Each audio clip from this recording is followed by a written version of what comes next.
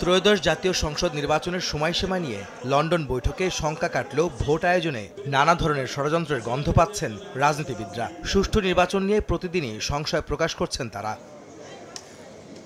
সেই শঙ্কা থেকেই জামায়াতে ইসলামীর সেক্রেটারি জেনারেল মিয়া গোলাম পরোয়ার বলেন, নির্বাচন নিয়ে পরাশক্তির খেলা শুরু হয়ে গেছে।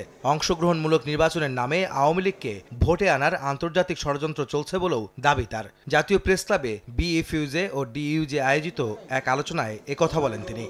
আমাদের দেশে নির্বাচন আর সরকার পরিবর্তনের সময় আসলে পরাশক্তির যে খেলা হয়, সে খেলাও আমরা এখন কিন্তু দেখতে পাচ্ছি। নতুন নতুন সব তত্ত্ব আসতেছে, ইনক্লুসিভ। আওয়ামী লীগকে ইলেকশনে স্পেস দেওয়ার জন্য কোন কায়দায় একটা inclusive election, refined Awami League, নানান ফিলোসফির নামে বাংলাদেশে নতুন কোনো দরজা ওপেন করার একটা আন্তর্জাতিক চক্রান্ত চলছে, এদেশের মানুষকে ইউজ করে, কোনো পলিটিক্যাল শক্তিকে ব্যবহার করে। এ ব্যাপারে আমাদেরকে কিন্তু সাবধান হতে হবে, বি অ্যালার্ট। একই অনুষ্ঠানে বিএনপির স্থায়ী কমিটির সদস্য ডাক্তার AZM জাহিদ হোসেন বলেন, ফ্যাসিবাদ মুক্ত হলেও দেশে এখনো স্বৈরাচারী আচরণ বিরাজমান। স্বৈরাচার তো পালায় গেল, স্বৈরাচারের নেত্রী পালিয়েছে, কতিপয় নেতা পালিয়েছে, কেউ কেউ জেলে আছে, কিন্তু স্বৈরাচারীর মানসিকতা কিন্তু আমাদের মাঝে যে বিরাজমান, সেটি আমরা লক্ষ্য করছি।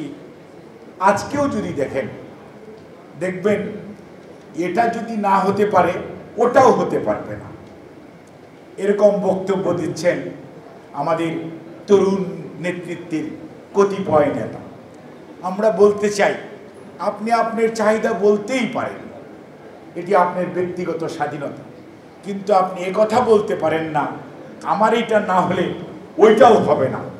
এই অধিকার তো আপনার নাই। এই যে মানসিকতা আর পলায়নকৃত স্বৈরাচারের মানসিকতা একই মানসিকতা। প্রধান অতিথির বক্তব্যে বিএনপি মহাসচিব মির্জা ফখরুল ইসলাম আলমগীর ডিসেম্বরের মধ্যে নির্বাচনী প্রস্তুতি শেষ করার নির্দেশনা দেয় ডক্টর মোহাম্মদ ইউনূসকে ধন্যবাদ জানান। আগামী নির্বাচন যেন অবাধ, সুষ্ঠু ও গ্রহণযোগ্য হয়, অন্তর্বর্তী সরকারের প্রতি সে দাবিও জানান তিনি। ডক্টর প্রফেসর ইউনূসকে ধন্যবাদ দিতে চাই এই ফোরাম থেকে, যে তিনি নির্দেশ দিয়েছেন ডিসেম্বরের মধ্যে নির্বাচনের সব কাজ গুছিয়ে রাখার জন্য নির্বাচন কমিশনকে। এটা একটা অত্যন্ত ইতিবাচক ব্যাপার। And he deserves thanks for that. আমরা আশা করবো যে নির্বাচন কমিশন এই কাজটা খুব দ্রুততার সঙ্গে শেষ করে তার নির্বাচনের একটা পরিবেশ তৈরি করবে।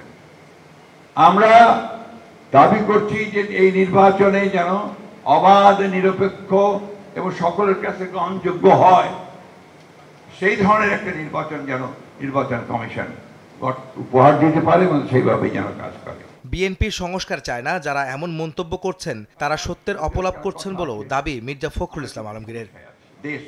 আহমেদ সালেহীন, সময় সংবাদ, ঢাকা।